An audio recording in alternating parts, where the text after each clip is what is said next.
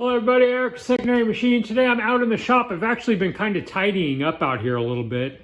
This place has just been a wreck. But anyhow, when I sold off the little Atlas commercial lathe, a lot of people were saying, oh, don't do that. You might want a second lathe. And I was saying, don't worry, man, because there will always be another lathe. So this followed me home last night. You know, ever since I got my South Bend 10K, I really have basically fallen deeply into love with South Bend lathes. Man, this is such an awesome tool. And so I've been keeping my eyes open, hoping to find myself a little South Bend 9A. And sure enough, actually what's weird is I kind of let up on looking obsessively. And this pops up last night, literally 12 minutes from my house. And it was at a good price. I was looking at the pictures and I realized right away that there was no tailstock.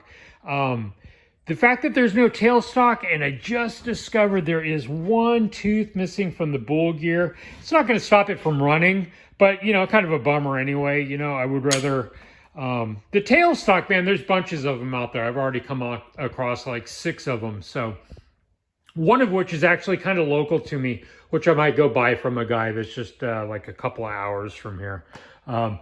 I'm trying to get a hold of him now. But anyway, this little machine, apart from the broken bull gear and the minus the tailstock, is all original and really not in bad shape at all. Lots of oil on it, lots of grime. It's never been cleaned up. Actually, I like seeing stuff like this when I see a tool because that tells me it was getting oiled. It was being taken care of. When I showed up last night to get this, the first thing I did was, first question was, how are the spindle bearings? And I kind of spun the chuck around a little bit, and you could tell straight away that the spindle bearings were really tight. I'm probably going to take the spindle out of this maybe later on today and just inspect everything. But what I found was the little collar on the end was way too tight. You see, I've got it finger loose now. And also the caps were just kind of reefed down a bit. And so I just barely loosened some tension out of that. And it's definitely feeling much better than it was. These little Gitz oilers, of course, I made sure that I filled these up, and this rear one just kept drinking and drinking and drinking. The front one wasn't quite as bad, but basically I've been going through and just oiling up the machine. The old girl was definitely thirsty, wanted to make sure that I got some oil up into the spindle bearings before running this. As luck would have it, the guy I got this from, he went to buy a mill. And the guy I got the mill from talked him into taking this also. So he never ran it. And so I have a feeling that's where the tailstock probably got lost too, is probably when he got this. I don't even know how long ago it was, but I'm going to guess that somehow the tailstock in that transaction somehow got missed. And so it's gone. But yeah, like I said, replacing it's not going to be that big of a deal. Anyway, what all did it come with? This neat little carousel. This is actually riding on a thrust bearing down here. And so the carousel spins around. So came with a 4-jaw, came with the original 3-jaw. The 3-jaw actually came with the reverse jaws too, which that never happens, especially on a machine that's this old. So I was really surprised by that. Like, no tailstock, but yeah, I got the reverse jaws for the 3-jaw, which is nice. Pretty good size 4-jaw. I got some bits, some centers, lantern style tool post, and I'm missing the little saddle, but that's fine. I'm not going to run this stuff anyways. That little wedge that goes in there is missing. Drive plate, bunch of dogs. What else? It's interesting that it's got the little travel dial on here. I've never really worked with this before. I've had a couple of them before, but they were never attached to a machine. So I don't know if I'm really going to use this, but I got another one. If you can tell me how to put, I'm assuming this is for my cross feed, but I don't really know exactly how you would attach it. So but I've got one. Not sure I'll run that stuff or not. Actually, I don't really know exactly what I'm going to do with this machine in general. Nice little bench that it came with. The steady rest, no follow rest. It's got the original leather belt, looks like. Man, this thing is ancient. Here's the end of it here. All of the gears on the end and stuff all look like they're really good. There definitely wasn't enough clearance in these gears. That's one of the first things that I did, was just kind of go through, oil everything. And you definitely want to leave a little bit of a gap in between these when you set these. It just runs so much better. It sounds a lot better when you've got that clearance in there for everything. They put a little oil on all these gears and stuff, but it sounds really good. The little motor it came with, I think, is actually the original also. One thing is kind of, maybe I can capture this on film here. It likes to spark when you start it sometimes. You'll see right here, if I can get it to do it. Oh, sure, make a liar out of me.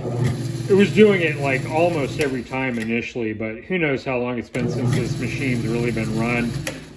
Definitely got some oil down inside of all these caps, you know, all through here.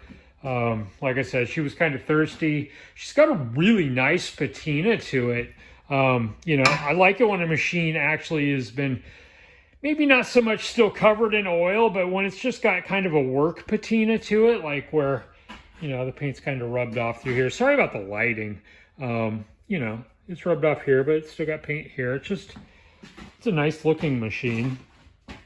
And so, yeah, I kind of got a thing for the South Bends now. And so I was looking like quite a bit. I actually kind of let up the last couple of weeks on looking obsessively for one, and then, you know what, one pops up, you know, 12 minutes away from my house. And so I couldn't, especially at the price, like I couldn't say no. Like, I didn't necessarily need to go and be buying another lathe right now, especially since I'm probably going to be moving this coming spring. But it was priced so reasonably, and it was so close by and so easy to go and do. Like, literally, I hitched up my trailer, rolled over there, took this apart, put basically the lathe into the back of the truck and the bench onto my trailer, and was back home in 45 minutes. So, like, how do you say no to that? It was a good price and easy to facilitate going and doing it. So I figured, you know, why not? I don't know exactly what I'm going to do with it. Couple of thoughts have occurred to me. One is that this could become my daily driver while I completely go through and rebuild my 10. I still think the 10 is a keeper, maybe even for life. I really like that lathe. So having a lathe that I could run while I am rebuilding that one wouldn't be such a bad idea. I'm not sure where my next shop's going to be or how much room I'm going to have, so I just don't know. Maybe I'll go through and the other thing about doing that is I don't really necessarily want a beauty queen. I just want a really good, nice running machine. I mean, a beauty queen would be kind of cool, but it's certainly not necessary for me. I'm much more about the function than the fashion of it. Or maybe I just go through this one. I'll probably end up ordering like all new wicks and all the felts and stuff for this machine. I'll buy one of those kits and put all that stuff in it and make this into a nice machine. And maybe I'll just end up, you know, kind of going through it. Maybe I'll even paint it and then send it down the road to a new owner and make a few bucks off of it. I don't know yet, but anyway, just thought I would show really quick and do a quick check-in. I haven't talked to you guys in a while, so oh, that's the other thing. You know what? I let up on looking, and you know what just popped up that I missed out on? A Clousing 8520, less than an hour from here, up in Ferndale, Washington, man. $800. That's a bargain. Didn't look like it was quite as nice as mine. Some of the paint and stuff looked like in the pictures were chipped and stuff. But man, as soon as I stop looking every single day, a good deal pops up. And one other thing I want to talk about really quick here is I finally got the cast iron Look at this chunk of metal. Boy, is that heavy. That's my cast iron to make my riser for this. I don't think I've shown this 3-jaw chuck. I built the backing plate, or maybe I have shown this. Man, that's a big chuck, but that's what I'm going to need if I'm going to have any hope of turning that. And I'll tell you what, man, I'm kind of nervous about trying to put that on there without any support. I need to do very little to it. I just basically need to face it off on both ends and turn a register like maybe to a 1/4 inch so that it's got something where it registers, because these are hollow. And so I want it to register on something. So I don't know. I'm kind of nervous about it, but McMaster Car, hey, thanks for the medal. It only took them 22 days to get that from California to Washington. Modern marvel. Like, I'm blown away that they were able to do it that quickly. Thank you, McMaster Car. It's actually the first time I've ever ordered anything from them. What a great company, man. They have everything, and I so want to like them, but that's the first time I've ordered anything from them in literally 22 days. I kind of felt like that was just a bit excessive, you know. I probably should have had that in probably, I'm thinking like maybe 8 days. Pretty easily. Like, I should be able to place an order, give them a couple days to cut it, and then, you know, maybe 4 days to get it up here or whatever. But no, 22 days, which it just blows my mind. But I did, you know, I did call and check in with them a couple of times. Customer service was off the charts excellent. Like, the guy, the second time I called, was going to check on, I was having a hard time getting an update on the tracking number, and he was like, oh, I'll look into it and I'll email you, which he did all of that, which was cool. So the customer service with them was really quite good. And I don't think that's normal. I think they had to outsource this. Actually, I know they did. They outsourced it. So it had to be shipped to them, and then it had to come to me. I just wish they would have told me that that was going to be the case up front when I ordered it. So anyway, I've rambled probably long enough. So I will let you guys get back to doing something else while I get back to doing something else. And Erica Secondary Machine, I will talk to you later.